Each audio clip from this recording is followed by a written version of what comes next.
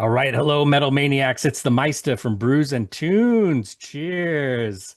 I am absolutely beside myself with excitement today. I am chatting with the one and only Curran Murphy, guitarist, of course, of Venom Inc., of all bands, and 72 Legions, as well as a multitude of other cool bands that you've played with over the years, Nevermore, um, Annihilator, to name a couple, and also the owner of Custom Audio Mutation Studio, and just a badass all around. Current, thank you so much for chatting with me today. How are you doing, sir?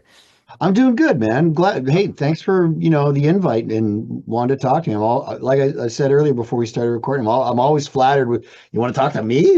Why? What the fuck am I doing? But yeah, dude, it's cool to be here. Thanks for having me. Nice. Thanks for Well, taking you're the doing a time. lot of cool shit. So, Thanks, man. yeah. And you're just a badass guy in general. So I've, Thanks, man. I we've appreciate that. hung out together in Dublin, Ireland, of all places, Yes. for a Yeah. bit. So when I saw you playing with Venom Inc. On this past tour with, of Yep. course, with Hate Yep. and Krisiun and yeah, Otter. yeah, Yeah, Otter great, from amazing Chile. tour. Yeah, what an Yeah. amazing It tour. it was such a cool package, man. It was so all the bands were crushing, and it was cool to have all those different flavors of metal Yeah. on that tour. It wasn't just like a slew of blast beats and death metal, and that shit's cool. But 5 hours of that, even I can't take it. So something really cool and unique and uh, interesting like Otter, and then Hate is just a killer. Oh yeah. Like that blackened thrash metal thing that's just so fucking, and they're so good at it. Yeah. And then of course, death metal, Brazilian São Paulo death metal maniacs, the three brothers from Krisiun. Oh man, it just the whole tour. Like I'm getting all grinny just thinking about how cool that Oh, shit was. Like, wait, I was on that tour? yeah. Fuck, man. Yeah, It was yeah, that awesome. was amazing. That was incredible. I've seen Venom Inc. before, prior to you being in the band, and I've seen Hate before, but I had not seen the other two bands. And yeah, same, yeah, I was just blown away. I was so excited to see them, and it was cool because my wife went out to have a cigarette, and she ran into some ex some expats from Brazil that live in Dublin. And so they Right. were thrilled to see, Krisium, and they brought Yeah. their young son who had never seen them before. And it was just a cool vibe and just, Yeah. yeah, just super cool people. And just, it was, yeah, it was to see Venom Inc. in another country too was kind of a dream come true for me. It was Awesome. amazing. Yeah, it was Awesome. really cool. Yeah. What an amazing set. What an amazing show. So Thanks, I man. We had guess, to cut we had to cut like 3 or 4 songs from that set that night. oh, really? Yeah, well, no, actually, no, that we had shit. I think we might have had to cut 6 or 7 because we it was like a hard curfew for us Oh at the end of yeah. that show. And that was a huge pain in the ass at the end of that show, the logistics getting out of that venue. Yeah, so we did a shorter set that night, Okay. which Tony and I always hate. Mark, he's like, hey man, we got to play for no, we got to play for 3 hours, Mark, and come on, man, Yeah. start jogging, work on your cardio. Yeah. Nice. I'll always ribbon Mark on the fact that all he does is sit behind his drums. No, no, no. Yeah. That guy comes off the stage Oh drenched in yeah, he's a sweat. machine. That guy is a Yeah, machine. he's Yeah, great. monster drummer. What a Yeah, great drummer. he puts everything into it every night, and it's Yeah. it's fucking awesome to get to play with him, man. Yeah. Yeah, you guys are so tight and so fun to watch. Um, Thanks.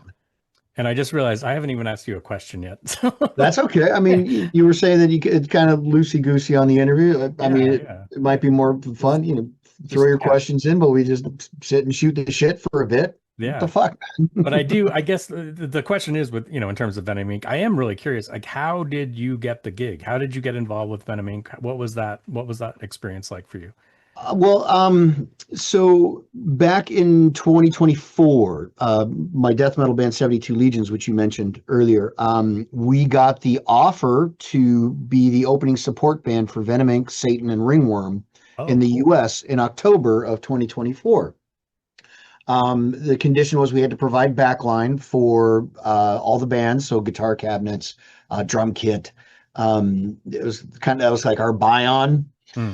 and I have all that equipment on purpose. I have a trailer, because anything to get away or to get out of having to actually pay money to go on tour because, it's already expensive enough. So if I can avoid a buy on, great. So we got the tour offer. We got accepted for the tour package and went out and did that 2.5 weeks with Venom Inc. headlining. Before the tour happened, Mantis, Jeff Dunn, had made an announcement that he wasn't going to do the tour. His wife, he had said, was diagnosed with a horrible cancer. He had to stay and take care of her. And this was like maybe 4 or 5 weeks before the tour was going to happen. So my brain instantly, fuck, the tour's going to be canceled. God damn it. Fuck. And, all my guys in 72 Legions had like put in for time off, had quit their jobs. Oh, And now the tour is going to get canceled. Mother. So I had reached out to some friends of mine, Martin from Destruction, and a couple other guys that play in bands over in Europe and stuff, kind of higher up on the food chain than I am, and just said, hey, do you think it would be shitty if I reached out to the main guy in Venom Inc. and offered to learn their set? And I was very clear about like, look, this is just to like keep the tour from getting canceled. I'm not trying to like vulture in on the thing, nothing like that. Just, I don't want the tour canceled on my boys on 72 Legions. yeah. We're so excited about getting to do our first US tour as a little baby band, unsigned and all that shit. And everybody I reached out to, the first thing they said is, oh no, Tony Dolan, he's the coolest motherfucker. Just reach out, dude. Just, yeah, absolutely. He'll probably love it and say yes in a heartbeat if he doesn't already have somebody lined up. I'm like, fucking right on. So send him a Facebook message. Hey, my name's Curran Murphy. I'm providing all the backline for the tour. I play in 72 Legions. We're the opening band. I just read the announcement with Jeff that he can't do the tour because of his wife being sick. And if you don't have a guitar player worked out, if you don't have things sorted out, just send me your set list. I'll fucking learn it and I'll play it. I just don't want the tour to be canceled. I didn't ask for money, nothing. I just said, dude, and about a half hour later, he's like, oh, you're going to save the tour. I'm like, all right, send me your set list. All right, I'll get it to you at the end of the week. Perfect. 2 weeks roll by, no set list. Oh, I'm no. like, hey, Tony, I don't want to be, oh, no, it's just been busy. It's crazy, with Jeff and all this stuff. We're trying to get logistics together. All right, okay, cool. I'll send it to you next week. All right, another week rolls by, no set list. So I'm like, all right, fuck this. I'm going to be proactive about it. I don't want to keep bugging the guy and piss him off. I don't know him. And he's probably losing his fucking mind. His bandmate, his wife's got cancer and the tour. And, I know how much money goes in to getting a tour up and running before you even leave the fucking, the practice space, how much money goes out of a band's pocket. Oh, yeah. And I can't imagine like a band from Europe coming to the US because of things like work visas, airplane tickets, vehicle rentals. Like, yeah, I'm providing backline, so that's saving them some money. But man, I would be willing to bet, 10, 20 grands out the pocket before they've even gotten on a plane. Oh, But so I start to kind of get nervous, and I'm like, you know what? I'm gonna watch a bunch of their live sets from the last year and a half or whatever. So of course they've got all these festival shows that they're playing. I'm like, Jesus, fuck, this is cool. So I just start learning their festival set. It's like a 45-minute set, thinking, all right, this will probably be enough to at least get me started. So I had like 11 tunes learned. And then Tony pops up on the messenger. He's like, hey, Curran, don't take this the wrong way. We got a guy. His name's Mike Hickey. He played with Venom back in the day. He's played for Carcass. He's an incredible guitar player. He's Joe Bonamoso's guitar tech. You'll get to meet him. He's a great guy. He's going to do it for us. He said he can do it for us. And it makes sense. He's played with us before. It's going to be smarter for us to do. I'm like, hey, no worries. Perfect. So I like learned 11 tunes and all that good stuff. I'm like, great. So we go out, do the tour. And, 72 Legions, it's all my equipment. And so we're loading in and humping in all the gear. When we get to the venues, we just grab all of our shit and bring it all in and get it all set up. And none of the other bands were like not giving them the chance to, we're just getting it done. Yeah. And midway through the tour, Tony comes up to me and we had kind of started to buddy up and talk and hang out and everything. And he's like, man, you guys are really intense. I like your work ethic. I like how hard you guys are playing. It's really cool that, how you guys are behaving and not behaving, but how, like just how we're carrying ourselves on tour, as a again as a baby band with an EP out and no record label. A lot of times those kind of bands, that buy onto tours, I've seen it in my time playing again for like Nevermore and Annihilator and playing in my other bands where, these unsigned little baby bands where mommy and daddy pay the $10,000 buy on or whatever the fuck. Right. They come in acting like rock stars and it's like, so, I told all my guys, hey, we're not rock stars. We're the bitch openers. Our job is to play our asses off and get anybody there to like our band and want to buy our merch, to just start our ball rolling. But so Tony and I just hit it off and we became, friends.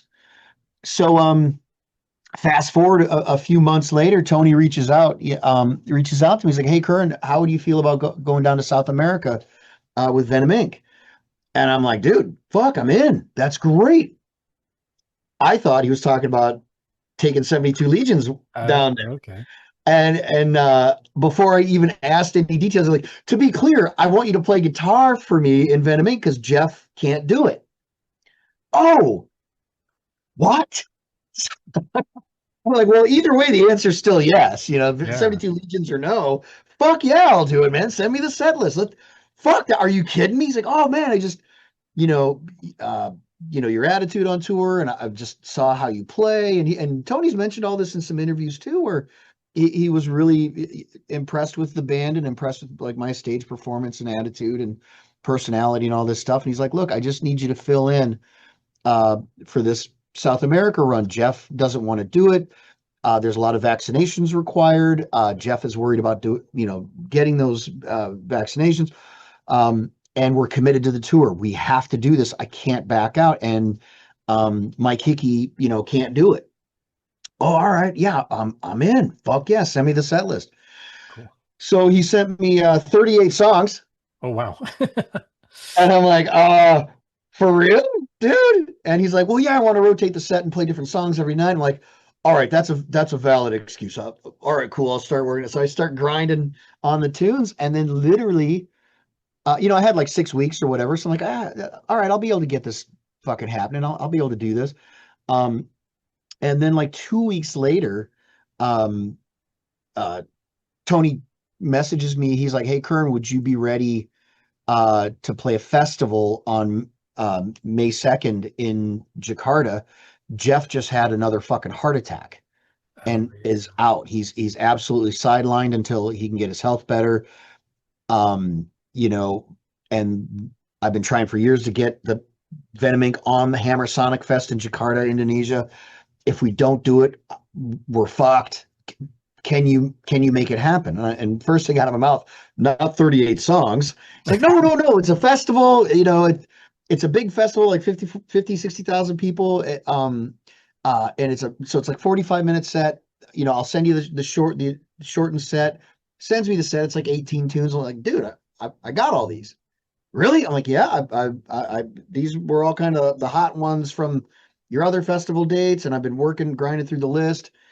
I'll keep working on everything else, but yeah, I'll keep, yeah, absolutely. So he fucking threw me on a plane a couple weeks later and flying to Jakarta, Indonesia for our first show. Wow.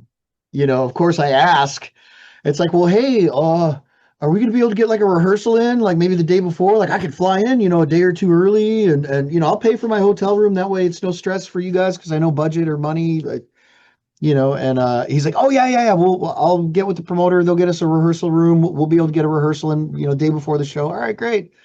So I fly in and get there and then find out that Tony and Mark are arriving like the day before the show and there's no rehearsal room. That's not going to happen. No. Mm. So they both show up. We start hanging out and laughing and having a good time and talking. And it's like, all right, well, we can't get a rehearsal in. So we go to the hotel room and literally just go over like rock endings in between songs and stuff and little breaks and bits and checking like some of the stuff of like how I'm playing it and kind of critiquing little bits here and there. But literally no rehearsal. And Wow. then and then, Tony throws gasoline on the fire on the gasoline. Uh, and he's like, well, hey, Curran, I want you to do a guitar solo right here before Live Like an Angel, Die Like a Devil. What? Yeah, I want you to do a guitar solo. And Mark, you're going to do a drum solo here. I'm going to, what? So he fucking, all right. So, well, that's cool and crazy. I've never been offered a guitar. Like, hey, play a fucking guitar solo in front Yeah. of 50,000 motherfuckers. When the first thing in my mind is, you know, are people going to be mad, pissed off, and full of rage that Jeff isn't there? Like, I walk out and they're Right. like, who's this fucking asshole? So my main thing, and still is to make sure that all those Venom Inc. songs and all the classic songs are fucking played as good as I can play them, as closely to the records or as closely to the live versions of how, Venom Inc. has been doing them. Hmm. Uh, so that, yeah, the fans could be pissed off or disappointed that it's me and not Jeff, but they can't be disappointed in how the music is played. Like, that's Yeah. always been the first and forefront. And again, I'm just filling in at this point. I'm filling in. When Jeff is ready to come back, he could call Tony tomorrow. Last year, he could call Tony like right after the Indonesia, like, hey, I'm in, I'm good. I'll be ready. Okay, cool, man. It was fun to get to do the one show. And so from there we did Jakarta. We had an amazing show, played great. I knocked over Pyro, and you know, and we had a great time hanging out, just like the three of us, because I didn't know Mark. I only kind of knew Tony a little bit. Right. And then it's like, well, hey, we'll see you in a couple of weeks for South America. Okay. Wow. And then, fly down to South America. Hey, are we gonna be able to get anywhere? Well, we're gonna do this meet and greet and jam thing. What? Oh yeah, we're got this little club that one of the promoters wants us to play at, and he sold like 50 tickets for this meet and greet and jam thing. What? So we're gonna do a meet and greet, and then we're gonna play songs, the like classic tunes that maybe we're not gonna be able to play live. With Kern, that's why I had you learn like 38 tunes. Oh, oh. So we get into this practice space and we start running the songs like, well, hey, is this gonna be on the set? No. Well, is this gonna be on the set? No. And we're going through all these tunes. I'm like, well, dude, are we gonna run like the set for the show tomorrow? No. Okay. And it's so I eh, if I break it down, it's like, man, Tony had so much confidence in me just filling in, just coming in and like, you'll be fine, Kern. You'll be like, not even telling me that, but just like looking back on it, like, good Lord, and I had brought my Line 6 Helix, my effects processor with me. And I said, well, hey, can I do this stereo rig where I got a guitar amp on your side and a guitar amp on my side so that there's guitar on both sides of the stage? Because I know it's a three-piece, but I want it to be filled out. And so people on your side of the stage up close can still hear the guitar. And he's like, that's brilliant. That's so awesome. And then, I have like all the panning delays and the flanger shit and all. And he's like, Kern, what the fuck? This is great. The sound is so big. Yeah.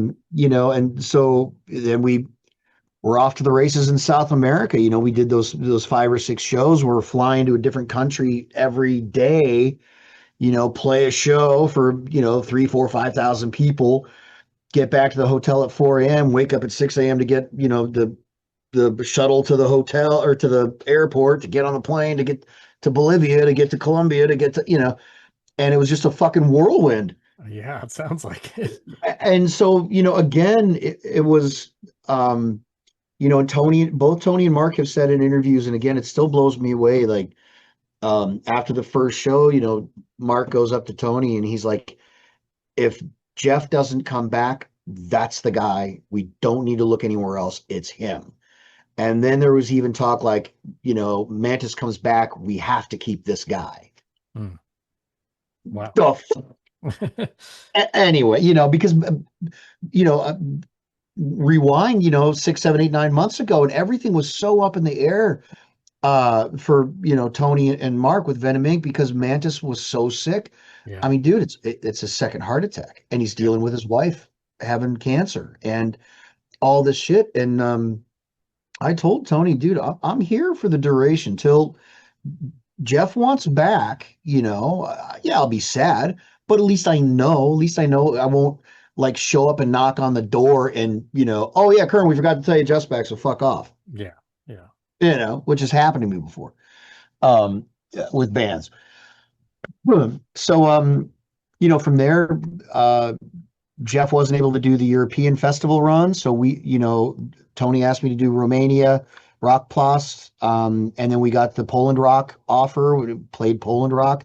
I mean, 500,000 people. Oh, It's geez. mind blowing. Yeah, that's gotta And be then, insane. we played Motoculture up in northern France, and that was the season. That was 2024. It was unbelievable. And I kind of figured like, well, it was so fun and Jeff's gonna want to come back and get back in the saddle. And then he said he was done.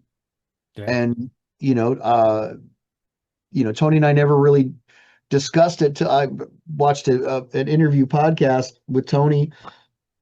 He's like, yeah, Curran's our new guitar player in Venom Inc. because Jeff is retired, and that's how I found out that Wow. I was in the Through a band. podcast. I messaged Tony. I'm like, you fucking asshole. I was like, oh, I knew you'd want it. I thought you'd find that kind of funny. Like, well, I didn't. I'm super excited to be here, man. So, and then we went and did the US tour, 2025. We've been out 3 months out of the year so far. And a bunch more tour work getting planned and being booked for the year. I mean, we did January, February here in the US, and it was, I feel like I'm out there proving myself to the Venom Inc. fans, and Yeah. um, just because, I mean, I'm not.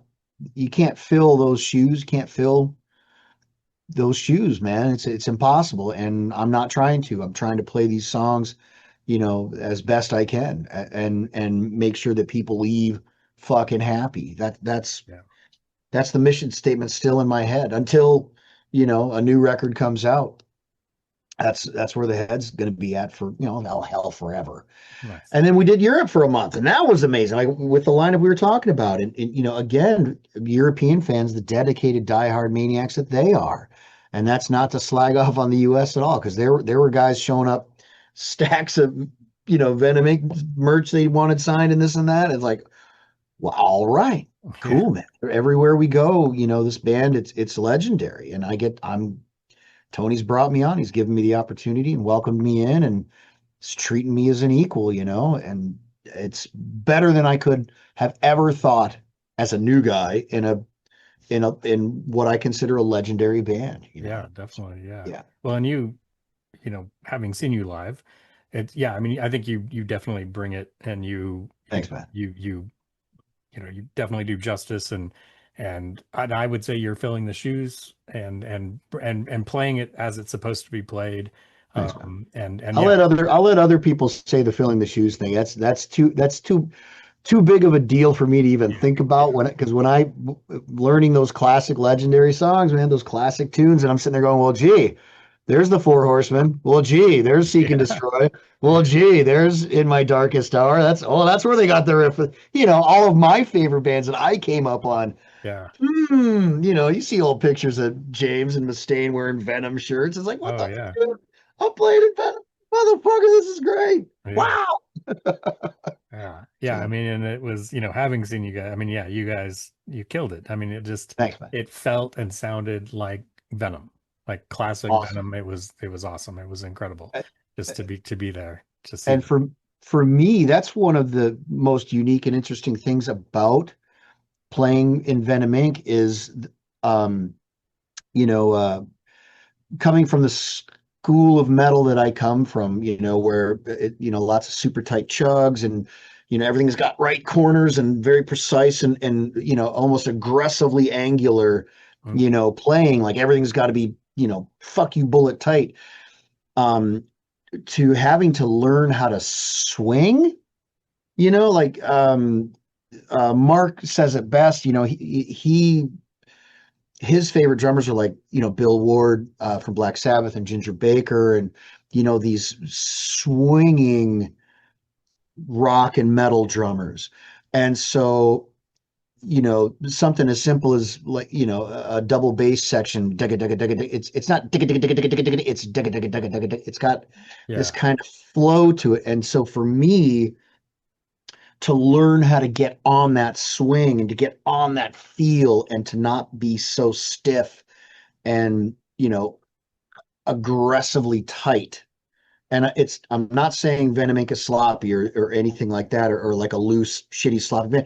There's a swing to it. I joke, it's like a freight train smashing down the tracks, and Tony and Mark and I are slamming rail down in front of it and keeping that train on the tracks, but it's Hmm. still like you're laying the track right as it's barreling down on you. Yeah, You know, nice. so That's a it's great it's analogy.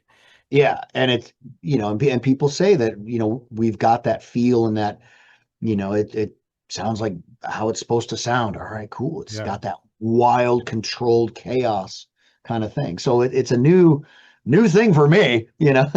It's Yeah. great. Yeah, So that's cool. Yeah, because I mean, as far as your other band, 72 Legions, I mean, yeah, that is tight, really aggressive, tight, brutal death metal. thank you, thanks, man. And again, that's kind of again coming from Metallica fanboy, where James Hetfield, everything is downpicked and everything is got a start and stop point. There's no question. And then playing guitar for Nevermore as a touring guitar player and working with Jeff Loomis the way I did to learn his music, play it properly, and analyzing picking patterns and like madness and Yeah. shit, and then going to Annihilator with another incredibly tight, riff-tastic, sharp-edged guitar player, Jeff Waters.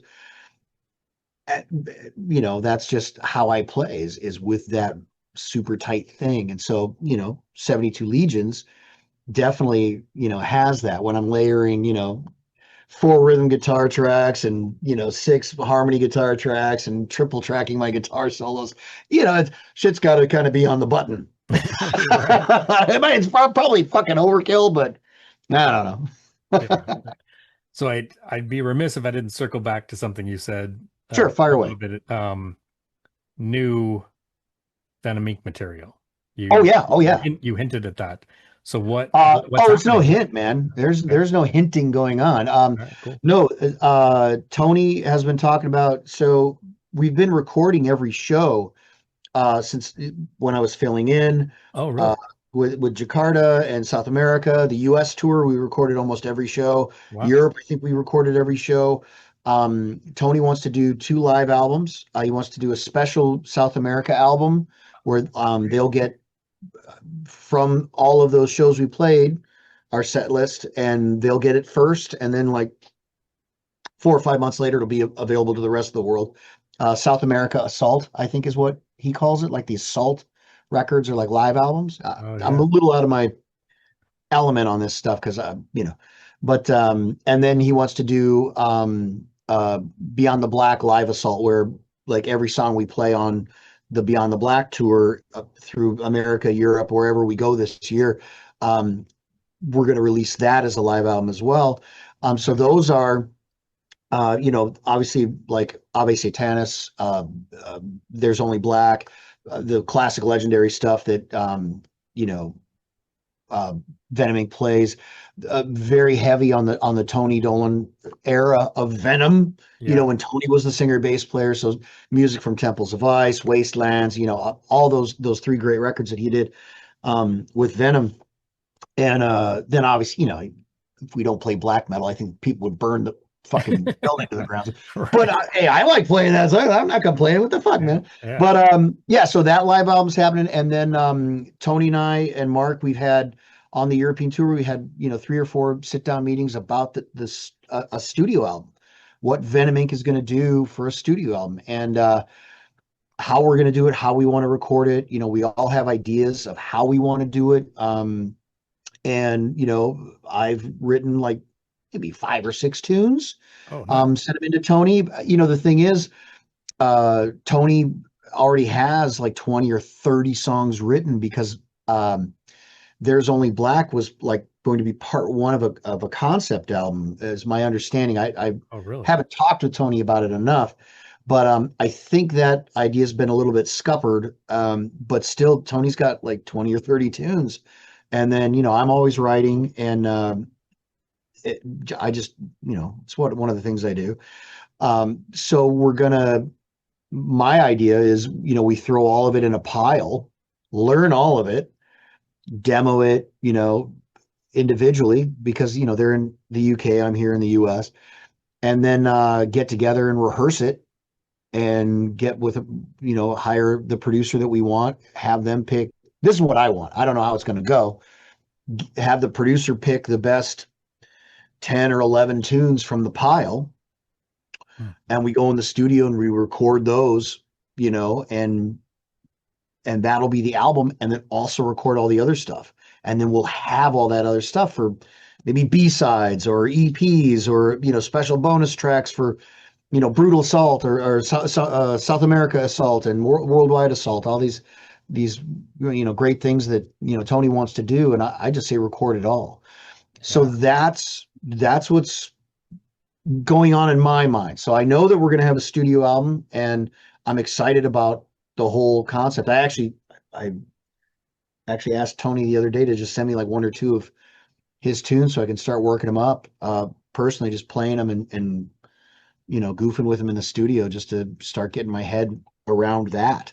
So yeah, Oh, that's awesome. That's super exciting news. Yeah, I mean, take I my agree. take my money now. Like, holy shit. Yeah, that's amazing. That's, I mean, especially, being a longtime Venom fan, Venom Inc. fan, when the news came out, with, well, first with Jeremy leaving the band, and then with Mantis, and it's like, okay, it's dead, it's over. And then now, and to know that there's this rebirth, there's fresh new music coming, there's live music, which is amazing. Yeah, I'm psyched. I'm charged up. This is cool news. This is great news. Yeah, Yeah, I mean, you made my day. This dude, is I'm awesome. excited too. I'm crazy excited about the whole thing. Mm, So yeah, that is very cool. Oh, that's amazing. I can't wait to hear this stuff. That's, I mean, I know it's gonna be down the road a little ways, but a little ways, yeah. but again, I think the battle plan is to make it happen this year, so it can be, Oh, great. well, at least to get everything recorded and done. Yeah. The live albums, again, Tony's the mastermind, so I might be talking a little out of school. But I don't know how many more shows he's going to want to record as far as our live shows and stuff. So it's all tour dependent on the live album part of things. And then the studio album, I just figure, again, if Tony has all those songs, I know what it's like to be frustrated with a pile of songs that I can't get done, or can't get recorded, or can't get released. I just told him, dude, let's just do all of it. And he, well, Yeah. what? I'm like, why not? What the fuck, man? Yeah. It's not like I own my own goddamn recording studio and can't just block out 3 months to fucking learn your songs and learn these parts, and get ready to record them. And then we go in the studio and figure out how we want to make the record. Fine, Yeah. let's do it. So Yeah. anyway, Oh, I love it. That's great news. Um, Before we switch gears, because I sure. definitely want to talk about 72 Legions, just real Okay. quick, I just wanted to ask. So I'm a friend of Al Barnes, and I know he Okay. played, of course, he played with, in Venom and on Yeah. Primeval and Temples of Ice. And I know he Yeah. played with you guys. I think, was it in London? Is that where he came up on stage? He's played with us a couple times. So we Okay, did cool. the Biker Grave on Tyne in Okay, December of last year, and he nice. came up and played Tribes with us. Oh, right on. And then he came and played with us in London as well. Nice. And we did Temples of Ice, and I think we did Tribes with him again. Okay, cool. So Yeah, I that saw was that that was Temples real of fun, Ice. and he had a blast too. It was like, Yeah. hey, man, and love it, man, love Yeah. it. Yeah. I wish he would. He's a great guy, and I wish he would play professionally more. But I mean, just what a wonderful dude. What a Yeah, just down to earth, super funny guy. Yeah, yep, that's cool that he connects still. That's awesome. Part of the Venom family. That's great. yeah. Yeah. So let's talk 72 Legions. Okay, Uh, I know, you guys have you put out an EP in 2003, and then you yep, also put out a full album also yep, in, I think, in 2003, or was it 2004? yep, I have no yep. sense of time. The What a God Could Be, Hmm. what an album that is. Holy Thank you. shit. That is like like that just grabs you from that opening note and Thanks, just man. slams you against the wall and like you're gonna fucking listen to this. That's the way. And like every song just it's Thank so you. good. It's such intense, beautiful, perfect death metal. I love that album so Wow. much. It's Thanks, man. incredible. So yeah, tell me about the 70, like how did 72 Legions come about? Tell me about the kind of the band, and for those that aren't aware of you guys, just kind of what you guys are up to, what's happening with the band right now. Sorry, that All was a right. very loaded multi question. It's all right. It's all right. It's all right. Um, so 72 Legions. Let me start with what we're up to right now. We actually just played our first hometown show in over a year, just last weekend at the Nice. Toledo Death Fest. We played that. We've got another show coming up next month, another local show, actually just down the street from my studio at a venue called Buzzbin. We're playing with a couple bands coming through on tour, Nice. and we're trying to plan a tour for I think September. So like about a 2.5 week run in September here in the U.S. Nice. Um, Last year we toured with Cryptopsy and Atheist, which was a lot of fun Awesome. over in Europe, and obviously we did the Venom Inc. tour the year before, and just trying to kind of with that band. This is all before the Venom Inc. Opportunity came up. Where I'm a full member of Venom Inc. now. So the whole band started. I had just gotten out of like a power metal band. Hmm. Just had gotten burned out on what was going on with that band, and the drummer and the bass player left that band with me. And it wasn't like an ugly fuck you breakup or anything. It was just, Yeah. I don't want to do this kind of metal anymore. And the bass player at the time had said, well, how would you feel about doing a band with a death metal singer? And I love death metal. I think I'm unfairly stereotyped as like a power metal guy Hmm. because I played in Nevermore or played for Nevermore, and because I played in Annihilator. And my band after those two bands, Shatter Messiah, was definitely like a power metal band with clean vocals. Right. People, I think, maybe justifiably so, most power metal guys don't like death metal because the vocals or whatever. I love death metal. Yeah. Love it. I said, absolutely, bring this guy down. Who are you talking? Oh, his name is Devin. I'm like, I'm bringing him. So we get together. We had a couple songs written, and this big 7 foot tall, long blonde hair, battle vest wearing, heavy metal boot having dude walks in. I'm like, whoa, that's cool. I'm like, all right. And he's like, well, and Devin's a very funny guy. He is very soft spoken, kind of, always has his eyes kind of closed like this. He's like, well, I've already written lyrics to the 3 songs. Want to try them? Okay. And so that became the first EP, those first 3 songs. Nice. And he just came in, and it's like this demonic fucking roar of a voice. And it's just like, all right, I think there's something here. Then COVID hit. And everything went to hell. Yeah. And so like literally a couple of years rolled by, and nothing. Well, those are cool songs. It was fun to work with that guy, and it's pretty much over. And then a booking agent buddy of mine out of San Diego reached out to me and asked, he's like, dude, do you have any bands that can tour, that can provide backline? And maybe you could be a tour manager for this band Onslaught. I'm like, oh, well, yeah, I can make something happen. And I didn't have a fucking band, but I'm like, all right, let me call my boys, these guys that I was trying to do the 72 Legions thing with. And I had a tour and no band. So I started calling Devin and these guys, and I had to audition a drummer, and that's where I got Colton Zeitler from, and Rob Quaid came in as my guitar player, and then Dan Gates from Ton and Mutual Hostility, he came in asking like, hey, can I be in the band? I'll play bass, even though he's an incredible death metal guitar player. And within about a week and a half, I had a band. And Nice. so it's like, all right, we need to write some songs. So I wrote a bunch of tunes.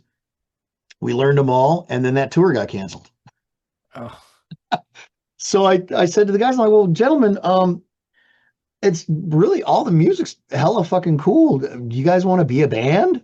And they're like, sure, yeah, let's do it. And so that really, as silly as it sounds, that was the birth of 72 Legions. I got a that's tour great. offer, didn't have a fucking band, and just went around to people I knew that I thought could do the job.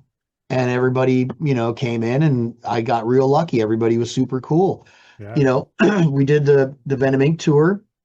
And after that, Devin decided that you know, his words to me were, I didn't know it would require this much touring to make a band happen. I don't think I want to do this. All right. I can't argue with that. Yeah. I don't need anybody. I don't need to be in a band with anybody that's miserable. Fuck that noise.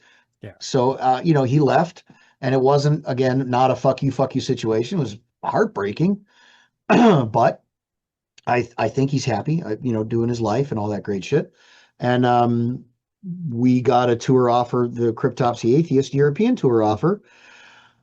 And Dan Gates said, here's a video of me singing one of my songs that I did. I'll do it. I want to tour with Cryptopsy and Atheism. And I told him, well, so do I. And so he came in, he stepped in, and he learned all of Devin's shit and sang it really, really well. He busted his ass to do it.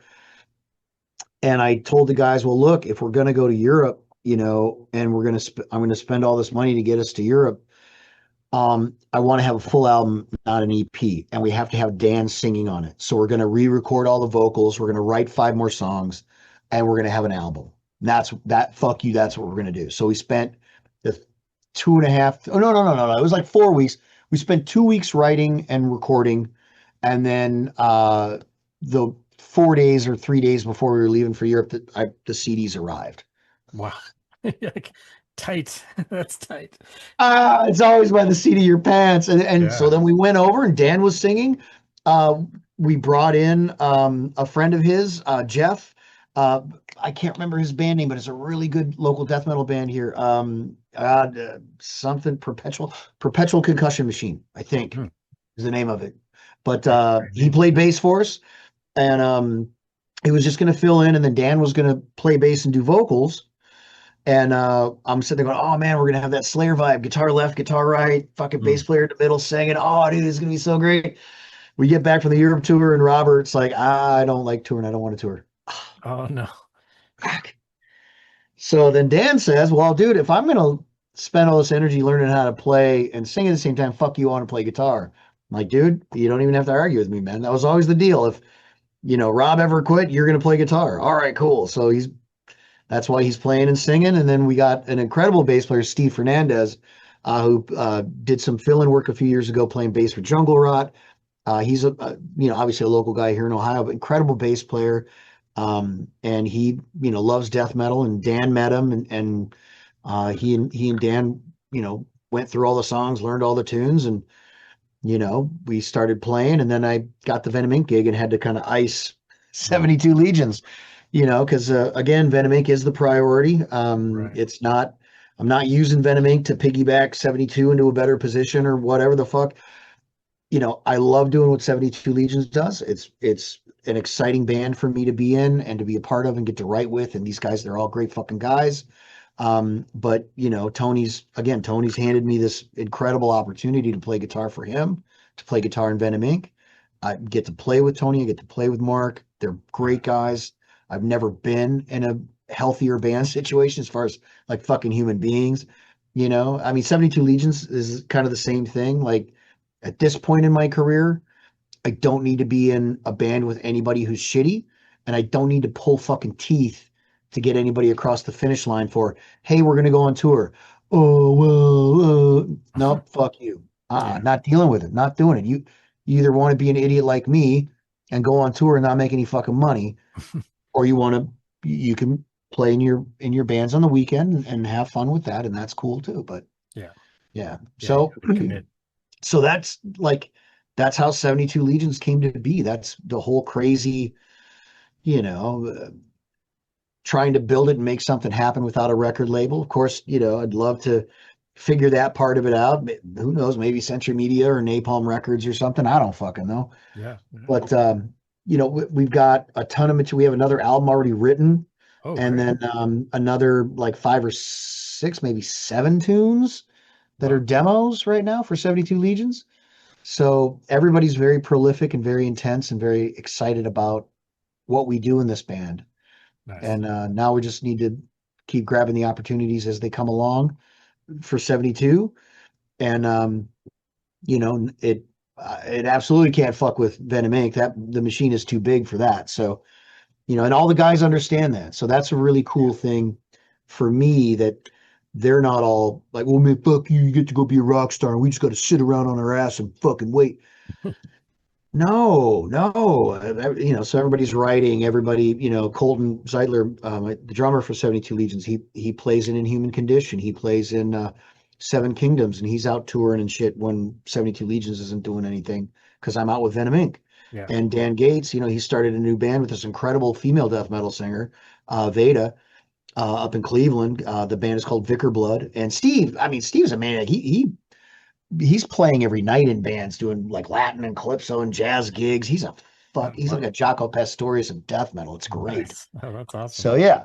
Anyway, so lots of cool shit going all Yeah. around for me. I just feel lucky to get to do both of these incredibly fun projects. And then, my recording studio, my tube amp company, my repair business with amps and guitars, all that shit. It's like, dude, really, I do music all day. I'm so Yeah. lucky. And I am, I'm not making jokes about it. It's like, fuck, dude. Yeah. That's awesome. You're doing Yay! it. Yeah, you're doing it. Anyway, Yeah. Do you sleep? Like, yeah. occasionally I do. Yeah. So you got a lot going Once on. or twice a month, I'll put my head on a pillow. Yeah. No, I know not that long ago you were producing a lot of bands too. Are you still doing production? Oh yeah. Yeah, Okay. I've actually I got a couple bands coming in this year. I have one band in here right now. I'm waiting for drum tracks from the drummer that was hired for the sessions. He's in San Diego, California. So I think he's got 2 more songs to track, and then get me all the stuff sent over, and I'll start working on mixes. And Mark Rizzo from Soulfly and Oh, neat. Cavalera Conspiracy came in, and he wrote a couple songs for the record for that band, Oh, and cool. came in and played all the guitars here. We had a great time hanging out, and she Yeah. was checking out all my guitar. Dude, you got an Ingve Strat, you got a gem, fuck, So we're just sitting there high-fiving and nerding out on guitar gear, and Nice. Eddie Van Halen chops and shit. So Very yeah, cool. so that record's going to be really good. That band is called Gothic Prophet. Okay. Female-led singer, like very Epica Nightwishy. A little more rock and rolly, a little more rock and roll, but this Linda is the singer. She's got fucking unreal pipes, brilliant timing, phenomenal pitch and intonation. I don't have to hit it with auto tune or any of that bullshit. She actually, what goes in the mic is fucking great. Nice. So yeah, That's an Ohio uh, band? yeah, it's rare these days. But yeah, I got that. About 4 or 5 other bands are coming in this year that I have on, uh, have to schedule with and everything. But yeah, Nice. lots of fun stuff. Yeah, that's the thing that and I apologize to anybody from Ohio. I had no idea until the last few years just Ohio has become the epicenter of metal. I had no idea the kind Neither of did I. what's coming out of that state. It's incredible. It's ridiculous. Like on the first U.S. tour for 72 Legions, we were out on the road, and people, you guys are from Ohio, dude. There's so many fucking bands. Your fucking metal scene must be so great. Holy shit! And we're all just kind of like, what? Yeah. What? But then we started stacking names. Yeah. Like, we're doing a 5 or 6 hour drive to the next gig in the van, and we're all like, all right, man. So what are all the fucking bands from Ohio that are so fucking good? Like we just, so we started stacking up again, 200 stab wounds. I'm saying this name, Sangria Sugar Bomb, fucking, well, obviously Ringworm, Yeah. Shed the what's skin. Midnight. Oh yeah. I mean, it's like Destructor. There's all these fucking bands, Yeah. and you don't think about it. Like when you're in the fishbowl, you don't think about all the, little fish castles in the fishbowl. You just think, oh, I drink beers with that guy. Oh, I know that guy. Oh, I fix that guy's guitars. Oh, I fix his amps. But then you suddenly, it's like, oh shit. There's oh shit. There's a Yeah. fucking lot of killer ass fucking bands that are like signed and out there touring the world. And then you know, there's, 7 or 8 really killer next level bands coming out of Ohio that are touring and doing all this cool shit. Just know that there's about 6 times as many unsigned bands Oh yeah. that are fucking killer playing all over Ohio. And it's like, all right, I guess we do have a really cool scene here. I Yeah. didn't know. It's just that it's that grass is always greener on the other side Yeah. thing until somebody says, no, dude, you got rich Kentucky blue, baby. So Yeah. anyway, That's a good way to put it. I like that. Um, yeah, speaking of the scene and well, let's take a ride in the Wayback Machine. oh Tell boy. me about how this started for you. What was like what's the origin story of the hero known as Curran Murphy? How did this happen? Where did this all start? Did you come from a musical family? Did you like where did you when did you pick up a guitar? What was like the impetus where you're like, I'm gonna fucking do this? So I say that I don't come from a musical family. However, my mom's sister, my aunt, uh, her and her husband and all of their children, my cousins, are all actually world famous fucking musicians. They're Oh they're really? Cajun Wow. musicians. Like they've played for presidents. They tour the world.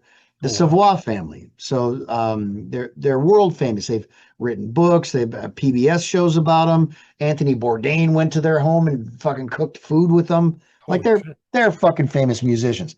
So I think there is a musical element to my family. My mom and my stepdad were not fucking musical. I don't even think they listened to music. Hmm.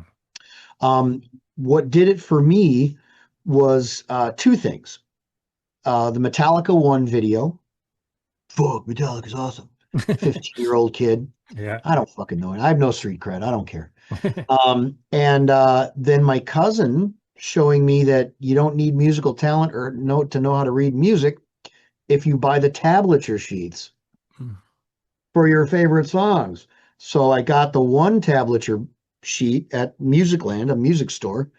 It's a place that you used to go to buy cassettes and CDs, Yeah, kids. Music Land. And they had sheet music racks and found the one Metallica one sheet music, but it was tablature. Bought it for the 5.99 that it was. And then my buddy down the street had a guitar for $40 with a coily cord that I had to masking tape together so that it would work. And I plug into my stepdad's uh, cassette deck that had the microphone input Oh, wow. with the cassette, put the cassette in, press pause, press record and play, so the microphone would work, but it wouldn't waste the tape because I can't waste that. And that was my guitar amp. And Wow. so for the next year, oh, I fucked up.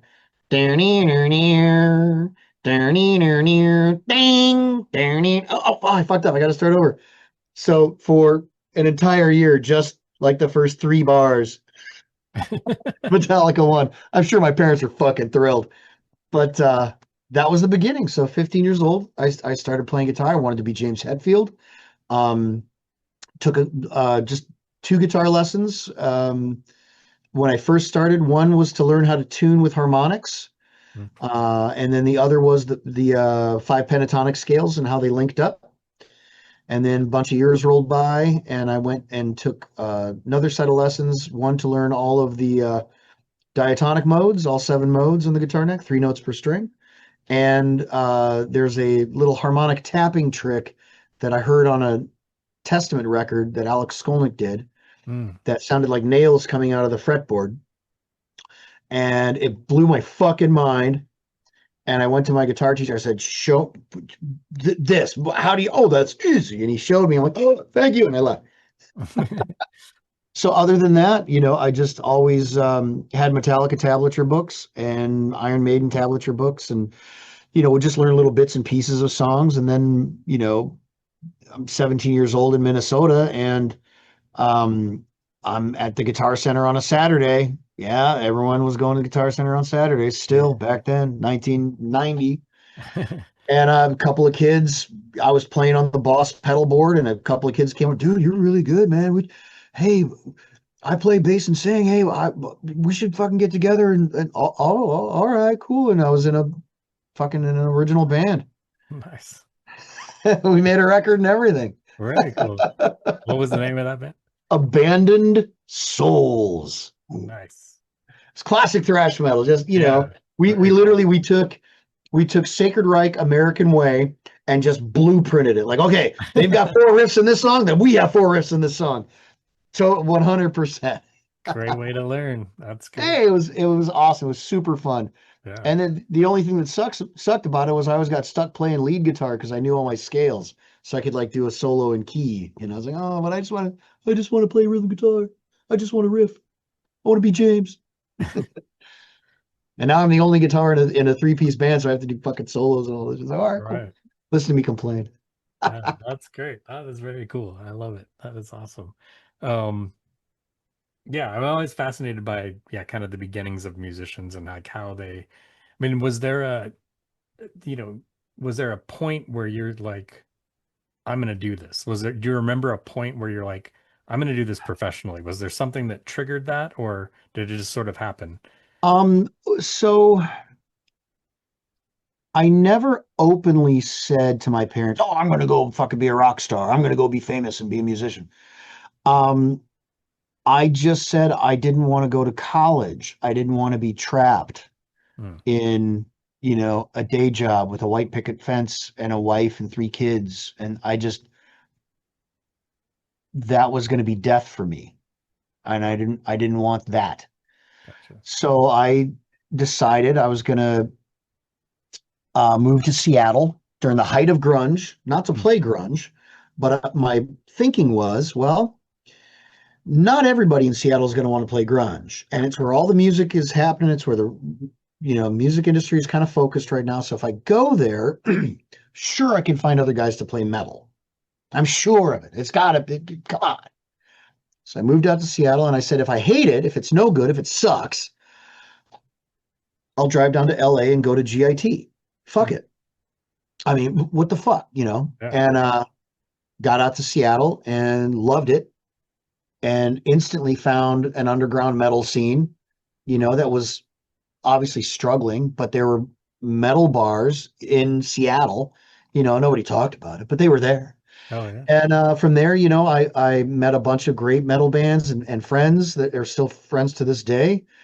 And that's how I got introduced to the guys in Nevermore, and that's how I got the audition for Nevermore, and that's Oh, how okay. my career professionally, that's how it started. So really, it was never like a declarative, like, well, I'm gonna do this. It's just I just kind of did it, and not afraid to give up anything and everything for it. I mean, I've broken up with girlfriends. I've been homeless. Abandoned at airports with nowhere to live after a tour. Like, oh, what do I do now? No money, no, like madness, and not, man, fuck that. I'm never doing that again. Like, well, this is, I guess, just how it is sometimes. So fuck it. Why not do it again? Yeah. So, and right now it feels like it's still paying off. Yeah, I would say it is. That's so cool. Yeah, I guess in some way, well, I mean, you've obviously got the talent, but I guess in some ways it's kind of the Thank luck of the draw, I guess, inside, but also your perseverance. I think, that you. drive, Well, that's got to be a big piece of it too. I was invited to the Rock and Roll Hall of Fame a few months ago for this industry thing where, there are all these kids graduating from high school and college that are like, music majors or something along those lines, or music industry degrees or whatever. I guess, kids that want to be record producers, kids that, want to be professional musicians, or, work in repairs and work in studios, things like that. And, you know, they had me go there. And I mean, there were a bunch of people there from the Cleveland scene, a bunch of, like Emma from No Class, the owner promoter of one of the best metal clubs in Cleveland, Hmm. No Class. She was there explaining like, well, here's how a fucking club works. Here's how, you book bands, you deal with booking agents, you deal with management, you deal with idiots, you deal with assholes, this, that, and the other, and then, me, it's like, well, what do you do? Well, run a recording studio. I build amps. I tour. I do this. I do that. And they're like, oh, wow, that's so cool. I'm like, I do all these things so I can pay the bills. You know, no one thing pays all the bills. Well, you're so successful. It's like, yeah, but I still live in a storage shed between tours. What? I told that to a girlfriend once. She's like, you were fucking homeless. I was. I was in a storage shed. I had all my stuff. I go across to the gas station across the way, buy a cup of coffee. The nice little Hindu guys behind the counter would let me use their bathroom to brush my teeth and shit. No, you were fucking homeless. Oh, okay. I guess I was homeless. Yeah. Oh, but the the rule for me is when it's no fun, that's when I stop. Mm. It's a That good rule. that's why I've left bands. This is no fun being in this band with these guys. I'm done. I'm out. Fuck you. I quit. Yeah. Um, and I love traveling. Some people hate planes and hate this and hate that and complain and whine. I enjoy the hell out of it. I really do. It's so dumb. It's like sitting on a plane for 8 hours to Europe. I could see where somebody would be like, "This sucks." For me, it's like 8 hours of like, hey man, I can sit and watch movies and just kind of relax. And Yeah. instead of like in my studio, if I have 8 hours, I'm gonna write a riff. I'm gonna go down and fix a guitar. I'm gonna, make the next plan for the next amp I'm gonna build. I'm always working. So it's, traveling for me is like, okay, that's downtime. Like I can just sit in the plane seat and maybe take a nap for a change. Uh, but yeah, it's just the business is a lot of right place at the right time, Mm. but the real thing I've learned is that it's friends and favors Mm. is how my business works. If you're cool, people will do you favors. People will mention you to other people who might need you to play for them, or who might need you to fix their gear, or who might need you to record their record, or who might want to hire you to play guitar, or these kinds of things. If you're a fucking prick, if you're a dick, if you drink too much or do too much drugs and are an asshole or are not fun to be around or constantly complain or just don't have your shit together. Nobody wants to be around that on a Yeah. fucking tour bus, on Yeah. an airplane, in a van, for 20 hours across the Wyoming desert. Nobody wants to Yeah. fucking put up with that. Right. And you get guys, there's a bunch of wildly talented musicians in Ohio, incredible talents, guys who eat my lunch on guitar, who will never do anything because they're insufferable fucking assholes. Yeah. And Yeah. I won't name names, but it's just like, dude, if you could get out of your own way, fuck, you could be a success. You're so fucking good. Yeah. Oh, actually, it's fucking heartbreaking. But Yeah. and so yeah, it's friends and favors, man. If you're cool, people want to help you out. People want to be around you. And if I do favors for cool people, people do cool favors for cool people do cool favors for me. Yeah. And that's the whole thing. I mean, Tony has 20 guys on his phone that I'm sure 20 motherfuckers that he could call that are better guitar players than me, but he called me first. I was the only guy he fucking called. Yeah. I mean, how fucking lucky am I? How, what the fuck did I do to get this guy's attention? Like, okay, I better not fuck it up. I better not betray that vote of confidence. So, like I've said, Tony, I'm here for the duration. When you're sick of me, you can kick me out of the band. I'm not quitting. Fuck you. Yeah, that'll never happen. Yeah, that'll never happen. That's But yeah, so, it is luck, but it's also just, it's that friends and favor mentality, that mindset of be cool and cool shit will come your way. Just keep going. Don't stop. yeah. Well, you won't become a millionaire, but probably be able to pay the bills and buy a house and have a good, awesome, fun life. Yeah. What'd you do this weekend? Oh, Yeah. I went to Germany and played Wacken for 80,000 people. Yeah. What'd you do? Oh, I painted my house. Well, that's cool too. I'm going to paint my house next week, man. I can't fucking wait. Yeah. It's Yeah. just different adventures, man. Different Right. adventures. That's cool. Yeah. Speaking of traveling the world, Yes. one of the things that I loved about your travels with this past tour with Venom Inc. in Europe were the videos you posted, especially being a beer guy, with my page, Brews and Tunes. I loved your weird beers The which weird was beers, the yeah, yeah, weird weird beers. beers. That was great. And then also, I Oh, just thanks. remember the one of my favorite videos you posted. It was before the tour started. It was when you because you guys went to Poland to practice and or, to warm up Yeah. and everything. And I loved you went to some giant grocery store, kind of similar to like a Walmart, Oh yeah. and you were showing some pickled fish. Oh And because I think you said the tour manager was buying all the food, and you're like, please God, don't let him buy this. yeah. Like, this is disgusting. Well, and he said, "Oh no, we will not buy this, Kurt. We will not buy the pickled fish in the store." I'm like, "Okay, cool. In the store? Wait, what?" Wait, And then wait, what? sure, motherfucker, his wife had a big tray of pickled goddamn. And yeah, but no, well, I do that shit because I just think that for me, like as a music nerd, like I loved seeing that shit when bands would do like videos or home videos, like Yeah. the Pantera home videos, the year and a half in the life of Metallica, all that crazy weird, just them walking around Europe, Oh yeah, it's like I great. still remember, there's that one bit in one of the vulgar videos where Dimebag's got his video camera and he's got it turned on his face and he's like, "Here I am, lost in Europe as usual." Like, he's all fucked up and drunk or whatever and doesn't know where the hell he's at. And he's got his video camera and he's trying to find the tour bus or something. And I'm like, that kind of shit is so fun to me, man. Oh, it's And great. so, I just kind of did some of those videos just like, hey, I'm in the airport, I'm all checked in, and people kept telling me like what you said, like, dude, I love those videos. I'm like, Yeah. oh, well, all right, I'll keep. I was worried would be annoying people or, oh, okay, rock star show off dick, and everybody's been really nice about it. And I'm like, all Yeah. right, cool.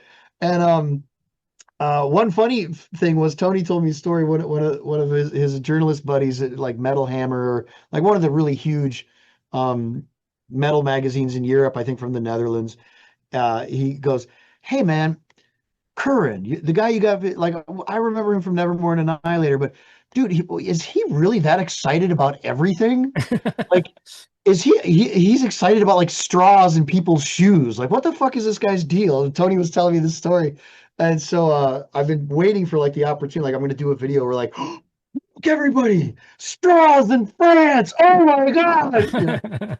I don't know, just to have fun and be a goof Oh, it was because it great. is, dude. It's such an adventure, man. It's Yeah. when the bus stops, I like to be the first one off the bus. Like, all right, let's go for a walk and see what can be seen. Yeah. Find a coffee shop, sit down, get a cup of coffee, use the bathroom. And just adventure. I'm in Austria. I'm in Mannheim, Germany. I'm in Bulgaria. I mean, it would be a sin to not fucking go for a walk Yeah, you got to post and something. Yeah, and yeah. and get a fucking sandwich at like a local shop or something. Yeah. But Oh, yeah. Yeah. yeah, so it's awesome. Well, It's what just I it's love too, I think, is that because I've always loved travel shows. I love like I'm fascinated by other cultures in the world, yeah. and to have that presented from a metalhead musician is so much cooler than just some nerdy guy walking around Belgium or wherever. So much cooler when it's you, going, "Hey, I'm gonna drink this weird, crazy beer right now, and I'm gonna And eat I'm not this even crazy dish." not even a big weird beer guy. Like, Yeah. it was such a nice gift that the guy gave me. And then he gave me that kind of normal beer at the end. I'm like, well, I'll save that one for the end, just the Pilsner or lager or whatever. Because and they were all pretty darn good, but yeah, and all that, the whole, talking about the beer, that was all just off the cuff shit. There's Yeah. no script involved. Oh, it Just was great. Tony Yeah. laughing at me and shit. It's like giggling and making people crack up. Like, all right, cool. Nice. Yeah, that was great. That was good. I would imagine when you guys toured with Cryptopsy, because Matt, well, both Matt and Christian are big beer, especially Matt, like Oh well, big beer those guys dudes. are super mega beer nerds. Yeah. Like Oh yeah. like if it tastes like ground up grapefruit, that's not enough for them. Right. Yeah. And I just want the local pilsner. Yeah. I love going to any, in Europe, it's such a different thing. Here in America, you've got Budweiser, and Budweiser is everywhere. Yeah. Coors Light, and it's everywhere. In Europe, like every city, every town has their own pilsner. Yeah. What? And it's a point of pride for them. Yeah. And it's amazing. And again, so I'm sitting there going, you know, you know, first thing to do when I get into a venue is get one of the local pills. Cool. I'll take a pills. Oh, okay. So this American is ordering our local beer. And the funny thing is they'll have like their own special glass with the logo, Oh, the I love badge, that. or I whatever on love it, that. and That's the the little best. gold rim. Yeah. And then there's the beer line, and then there's the foam line, and then they take the little the tongue depressor thing and wick off the top and flatten. Like this is the proper way to serve beer. Yes. This is Oh, how it it's must be perfect. done. Like there's no negotiating on, don't worry if the foam goes over. No, no, no, this is not correct. And it's Yeah. like, oh my God, this is so great that they're intense about how they serve a fucking beer. Yeah. Oh, it's great. It's awesome. But Yeah. yeah, so and it's all those pilsners, man. You go all over Germany, yeah, it's a pilsner, like a nice light, crispy, yummy, fresh, happy beer, but they've all got their own little character, but they're all still just beers. It's not like, crushed again, grapefruit or rosemary and thyme. Dude, that shit doesn't go in a fucking beer. Are you kidding me? Anyway, yeah, it's my rant about IPAs. Yeah. There It's you got go. little bits of chicken skin and oatmeal chunks. Then it's a real beer. No, dude, it's fucking motor oil. Fuck you. You're selling yourself on that shit. Nice. I don't need to be sold. I want to just enjoy my beer. Right. Cheers to All that. right. Rant over. Rant That is over. awesome. Oh, that's awesome. That is great. Um, oh, that's great. So, just probably wrap this up here, but I did want to ask, so do you, I know you got a lot going on, especially with Venom Inc. in terms of recording. Do you Yep. guys have any shows, either Venom Inc. and or 72 Legions? Do you have any shows coming up in the near future? So Venom Inc., we have, there's a lot of things getting worked on. Hmm, So I can't say, oh, well, this and this and this and this and this. All I know is that the last half of the year is supposed to be pretty fucking busy, and cool. I'm excited about it. A Nice. lot of cool places that I've never been. Can't wait to go. I hope it all comes through. But we do have one very confirmed show in December at KK's Steel Mill in December. Did I say December now twice? We're playing with Candlemass Oh, and Venom Inc. The promoters of the show asked us to play Ave Satanas in its complete form, front to back. oh, cool. Yeah. That's really Yeah. I'm cool. like, That's wait, awesome. wait, he's like, oh, they asked for it. That's the funny thing. Like, you're ever at a Venom Inc. show and like any of us are walking around outside the venue and you come and go, oh man, I wish you would play this song. You name some fucking, and if we know it, it's like, all right, we'll put it in the set. Fuck it. Cool. I've had that happen at every show in Europe. Somebody comes up, hey, we play this. We actually had one kid, God, it was in Poland, and this kid, he's holding his phone up in front of me, and it's like, what the hell? We're playing, and I'm looking at it, I can't see it, my eyes are bad. I'm like, what the fuck is this? And he's pointing at it and he's like, please, please. I'm like, oh God, he's requesting a song. Is that a Spotify playlist? Jeez, all right. So I can't see what it is, right? So I climb down off the stage, get up to the barrier, and this kid's holding the phone up, and I see it, and he's like, oh, don't burn the witch. It's like, please, please, please, my favorite song. It's like, oh, I'll go ask Tony. So I climb back up on the stage. I go up to Tony, like, hey man, this kid out there with a cell phone and a Spotify playlist, he wants to hear "Don't Burn the Witch." Do you think we could play it? He's like, yeah, yeah. Hey Mark, can we do "Don't Burn the Witch"? Yeah, okay. And then I jump in. This is the goof on this story. As I'm like, all right, cool. We'll play it next. So I start Rip Ride. They thought I was going to start "Don't Burn the Witch." Oh no. And they're like, wait, what the fuck, dude? So we play Rip Ride. And then Tony walks in. He's like, what happened to Don't Burn the Witch? I'm like, oh, well, we can play it now. So I thought you were going to play. We're doing this talking on stage. Like, what the fuck, man? This is what happens when your guitar player's a fucking idiot, kids. But anyway, but yeah, so like, I mean, even in the crowd, somebody like, hey, can you play this song? We'll just drop it in the set. What the fuck? Nice. Nice. But I don't even know how we got onto that story. You're gonna play Ave in its entirety. Oh, Ave in its entirety. Yeah. So the promoter for the show, uh, it's a Bloodstock anniversary show because Oh, that's kind of cool. where Bloodstock started, was at this venue that's now KK Steel Mill. Oh, And wow. so they invited Venom Inc. And they Candlemass, and I'm excited about Candlemass Yeah. because I saw them for the first time at MXMF in Mexico City last year with Venom Inc. We were playing, oh my God, they were so good. Oh my God, they were so fucking good. So I'm excited to get to play another show with them. And the promoter's like, man, I wish you guys, I'd love to hear Ave from start to finish. And Tony's like, okay. I got plenty of time. I know, like, I think seven of the 8 or 9 tunes, or is it Yeah, 10? yeah, Or the I don't even know. majority. Yeah. I know a lot of them on there already, so not too much extra work, but it'll be exciting to do that whole thing. So Yeah, that'd be really so cool. that's the one super confirmed thing. 72 Legions, we're working on a tour right now. I can't say anything about it because it's not, a big thing's coming. Nah, fuck it. We'll make the announcement when the headliner of that tour makes that announcement. Oh, okay. And then, Tony's got a million things in the fire that he's working to pull together for us with our booking agent and our management company and with the record label and everything. So all kinds of stuff. It always seems to be not feast or famine, but the gears turn slowly until you pop the clutch, and then it's like zoom Yeah, off to the races. So very I'm just cool. I'm just waiting. Yeah. Oh, that's great news. That's super exciting stuff. That's really Yeah, cool. Um, so Curran, thank you so much for doing this. This is amazing. yeah, of course, man. Absolutely, just incredible talking with you. An absolute honor, really, Oh, and just a well, pleasure. dude, So no, thanks for inviting me onto your show. And I know we didn't talk about any beers or anything like that, but that's okay. and it's nice to see you again after the UK, or no, I'm sorry, Ireland. Dublin. It's nice to fucking reconnect again. Yeah, So yeah. say Well, hi and talk and shoot the shit for an hour or whatever that we did. yeah, How long? I don't even know yeah, how long we talked for, but yeah. This was yeah, great. dude. Thank you so I mean, much. hopefully all the people that tune into your show get a giggle and don't go, man, fuck that dude. No, no, no, definitely not.